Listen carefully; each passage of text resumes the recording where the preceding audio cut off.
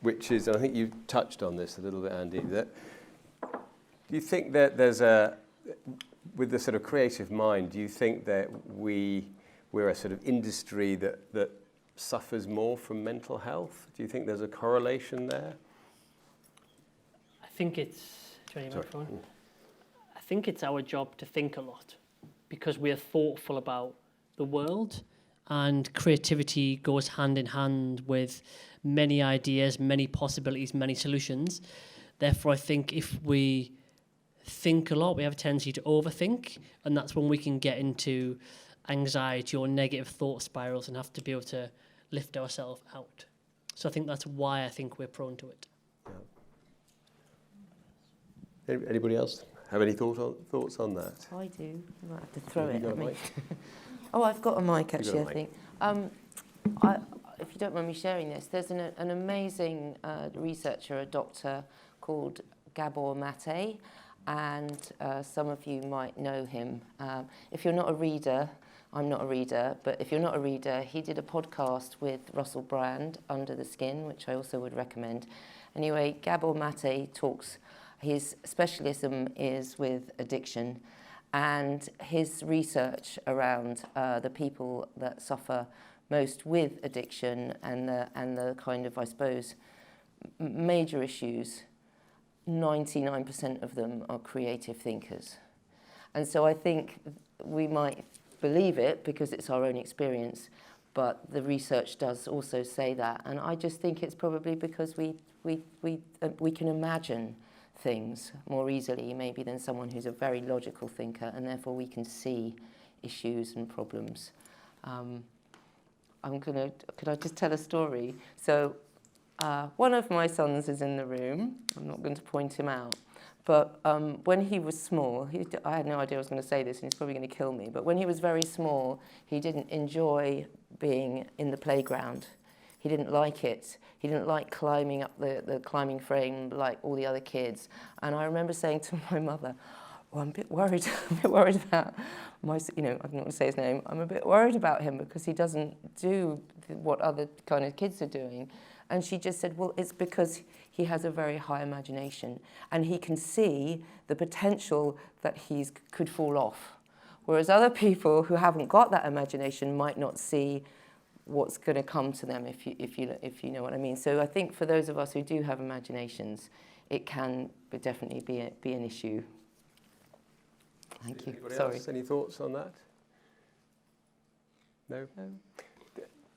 Do we have any other questions from the audience? There's a hand up in the middle. Shout. Shout and we'll repeat it. Right, so it's a question related to what you were just talking about, and as young creatives, I imagine we all tend to take criticism of our work quite personally and feel really low when, as you were saying, our designs don't get accepted and things like that. So I was wondering, what advice would you give to young people how to detach yourself from the work you do without losing the love for your work? Marcia, do you want to try that? Well, that is a really good one, because I'd say if you work for a big company, accept the fact that 99.9% of the stuff you do will be forgotten forever. Deal with it. Yeah, that is just a fact. They don't need you specifically, they just need an endless stream of stuff which will be ignored. On a positive note. That is positive, because I think I've worked for a big company, I know what it's like. It's a great place to get experience. So don't think about it as, oh, I need to be personally fulfilled. What you think is, I'm learning how to do stuff on time. I'm learning how to have lots of ideas. I'm learning how to get better at my ideas. Yeah, they're not accepted, but theoretically you won't be in that place your whole life. You'll move on to do something else. So I would say, accept that you will get turned down. People won't like what you do. And you'll move on and you'll work out how to listen and how to answer problems and do the right thing with the client that suits you. And I think it's just a fact. The other thing Not is personal, it's using it as a.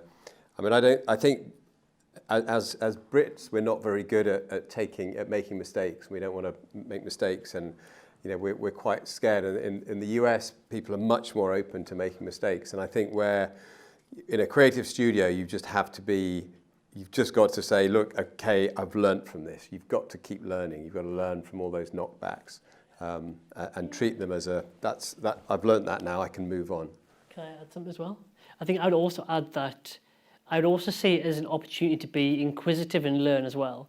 So if you present something and this option isn't chosen for whatever reason, you can ask why to understand more.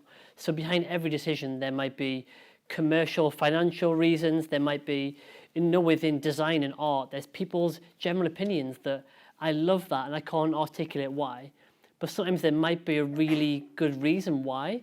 And sometimes I think as designers and creative people, we've got to appreciate that if we're doing it for a for-profit business project, there's commercial drivers as well. Like I might want this room to be more vibrant and brighter coloured, but if we're hiring this venue space out to lots of different places, having a more neutral colour scheme might be therefore the better decision. So I can say, but I want it orange. I love orange. Please, it'd be better if it's orange, but that's because I love orange, not because I'm thinking about the commercial decision around renting this space out as often as possible. So I think it's always understanding, okay, this isn't loved, but why? And at that point, detach from, I did this work, and then our ego gets in the way, and try and just understand and see it as a learning opportunity. Is this working? So first thing, there's a book recommendation. There's a book by Elizabeth Gilbert called The Big Magic, and I recommend that to every creative, just because she talks a lot about how the conception of ideas come about and how to kind of understand your ideas, understand your creative mind, and treat and let go of your ideas as well at the same time. It's really a great book. I won't spoil it, but I do recommend everyone to read it. It will give you a lot of insight, especially on that topic. Also, I feel like as a designer, regardless of what field you're in, to me, design is really about problem solving. So you really have to understand the brief you're being given by who you're working for, or your client or whatever, and try and solve the problem that they've come to you with. And if they don't take it, then the solution you provided just wasn't the one for them. And that could be multiple reasons.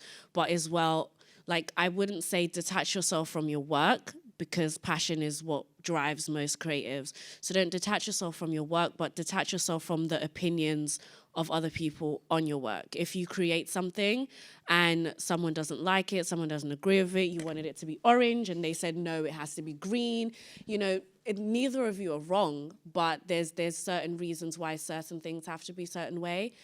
But so you shouldn't put yourself in a position where you think, oh my God, I'm so weird. Why do I like orange? No one else likes orange. It's fine. It's not you. As Andy said, there's so many factors as why your idea or your solution wasn't accepted. But yeah, don't detach yourself from your work or what you produce. Very much be attached and in love with that, but just detach yourself from other people's opinions of your work and what they have to say of your work, if that makes any sense. Kamal, any thoughts on that? I think they've all summed it up well, but yes, we are complex as creatives. We're sort of empathetic to other people's needs, and we're, as designers, serving other people's visions and ideas, and we have to learn, yes, to be emotionally engaged in the creative work we're doing. That's what makes us who we are. But at the same time, when you're working on commercialized projects, there is a detachment because the agenda for those outputs are quite different to perhaps what your personal input into it are. And it takes practice, and that's why with young creatives we do that through the program, is just start to nurture that way of behaving and thinking so that they're a bit more resilient to that sort of experience. I remember going to college and having my first crit, and I was devastated. And we had them every other day, and it was relentless for about an entire term. By the end of it, I was like, oh, it's okay. It's their opinion. It's not a personal attack. And we've got to just learn to be more resilient to that. Great. Another question at the front? an observation, actually, and I'll turn it into a question if you insist.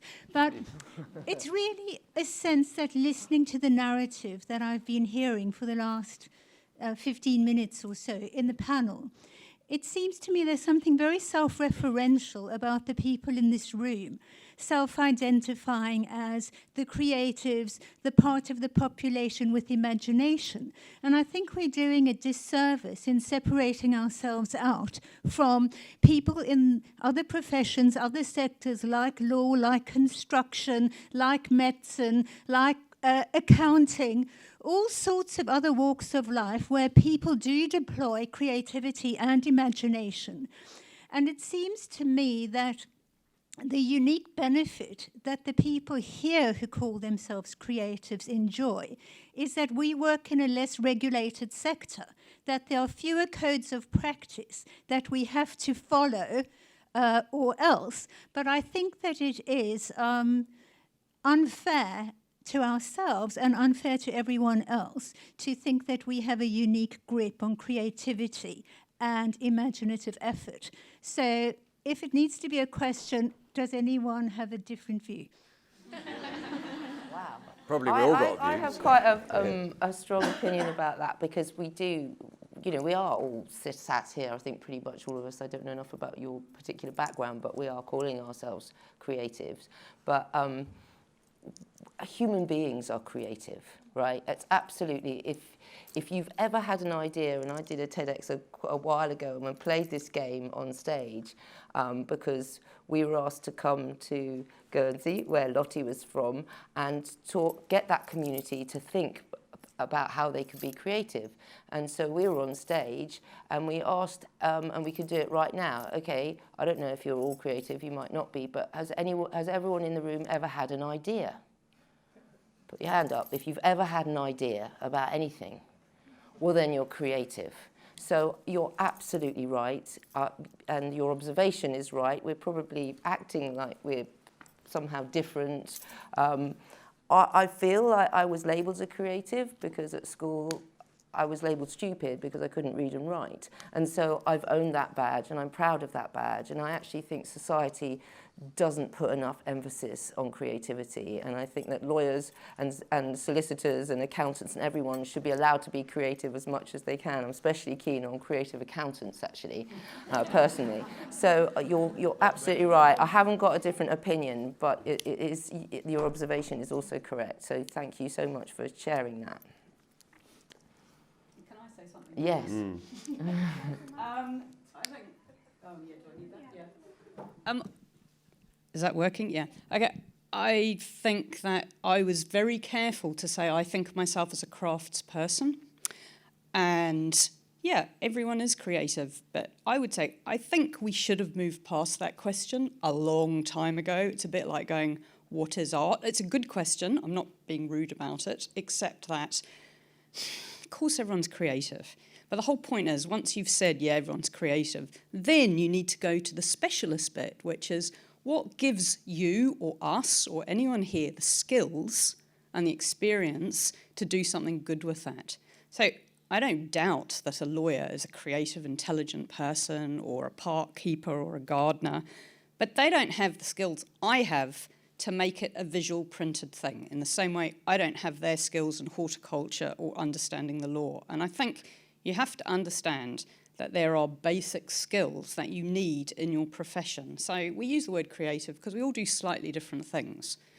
And I think that's just a really important distinction. Yeah, of course, we are all creative, and I don't think it's denigrating that.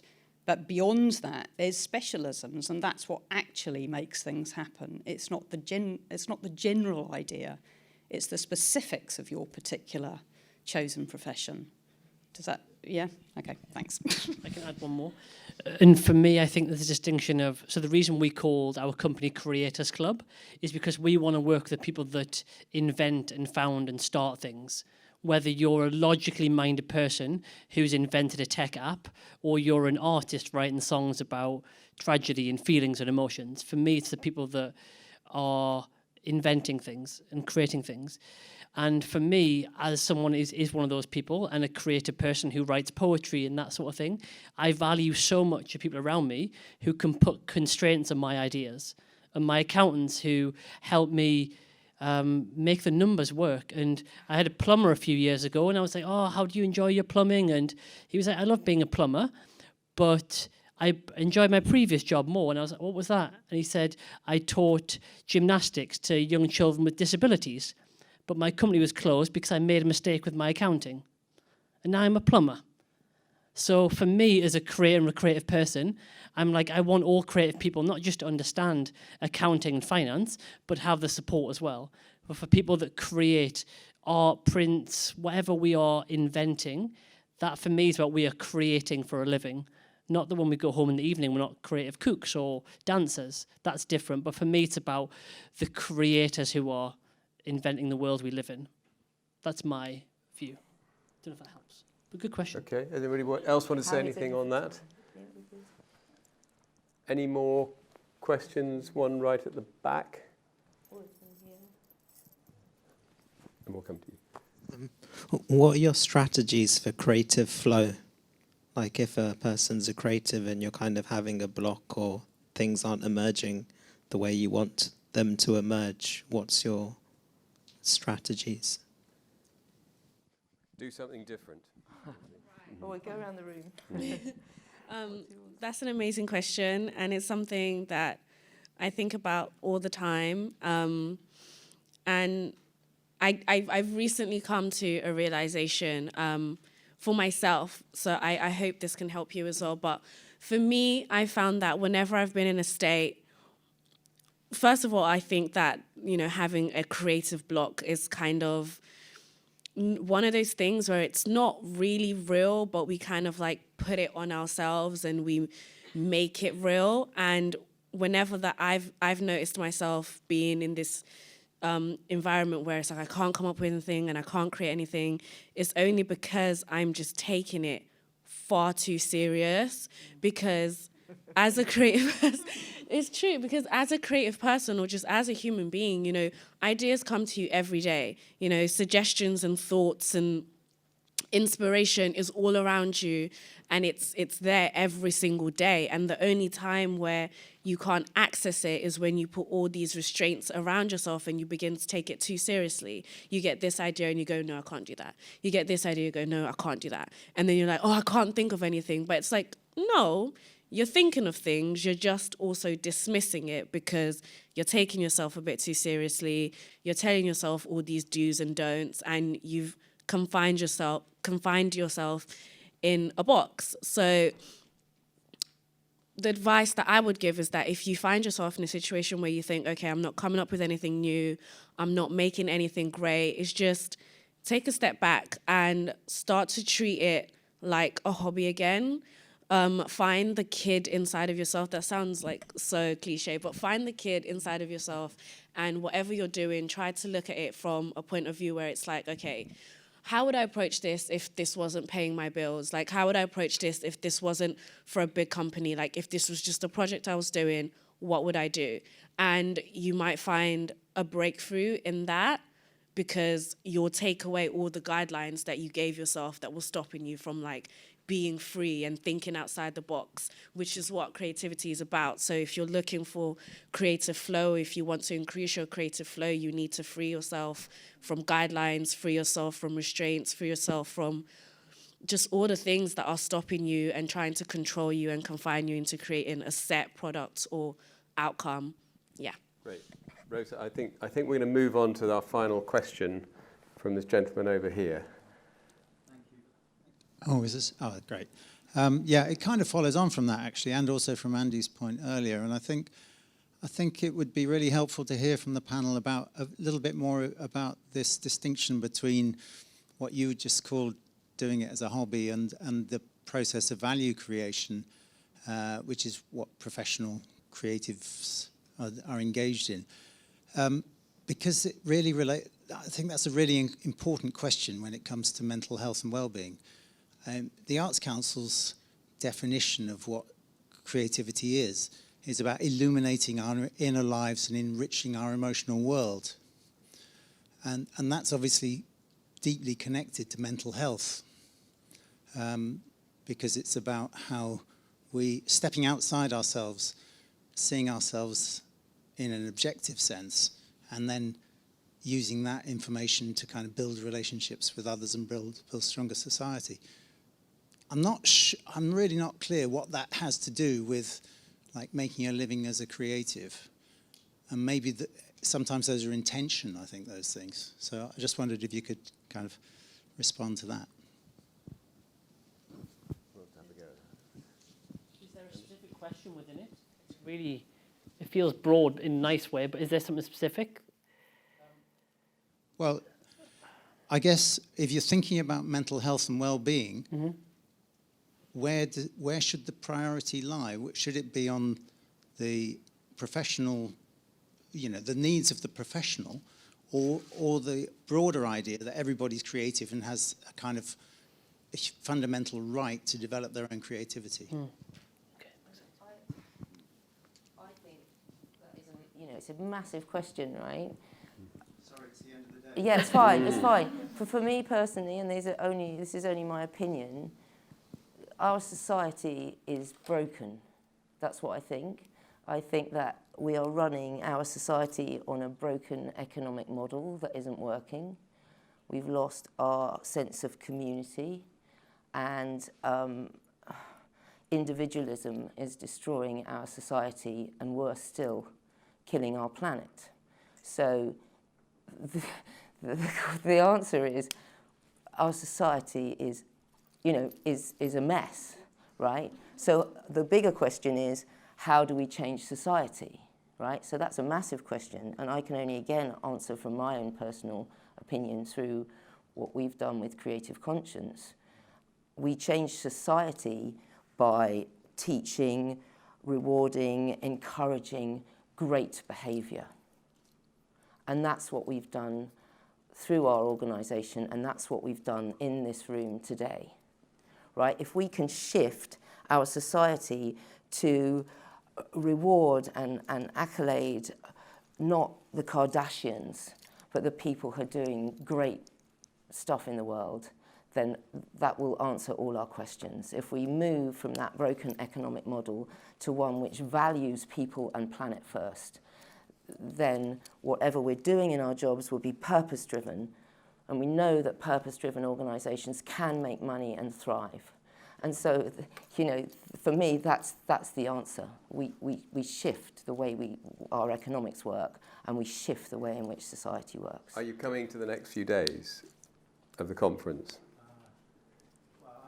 Yeah, not at the moment. Okay, maybe I think if you stay on, hopefully we'll answer that more tomorrow and on Friday. Sorry, that was a massive rant there. Yeah. Anyone? Have you got the microphone? There's one question there from... Yeah, go on. From Lottie, who I know.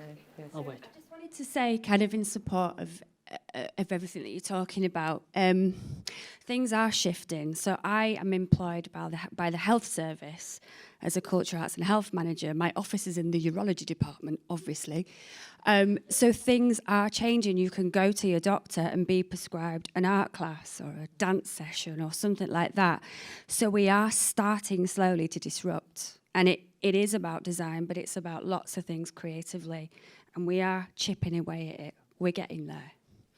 Brilliant. Thank you, Lottie. Give one more answer to this question. You want one more answer? Yeah, one more short answer. I've got two answers. One is that I think creative people, we sometimes put too much pressure on our creative satisfaction coming from our professional work. So it's important to have side projects as well that satisfy our creativity, that could be therapeutic and imaginative. So if you like painting or drawing or crafting, allow that to be separate from your client work. And if I want something orange, like this room, I could just go and paint my shed and I'm like, something's orange now, I'm happy. And that's a little bit of a joke, but sometimes we like put this pressure for everything to come through this professional vehicle. And I think creativity helps everybody in their mental well-being. You've got to find what is your vehicle for you in the evenings, the weekends, or in your day job. But I think creativity, when we're all kids running around, we create and we make and build. It's playful, it's hands in dirt, it's joyful. And if we can reconnect to that sense of childlike spirit, which you mentioned, it's really good and renewing. And on top of that, with our professional work, it's understanding where is that in my day job, and where is I just need to like use creativity to let my soul speak what it needs to speak. Great. Okay, I think we're. Thank you, panelists. Thanks for your answers, everyone.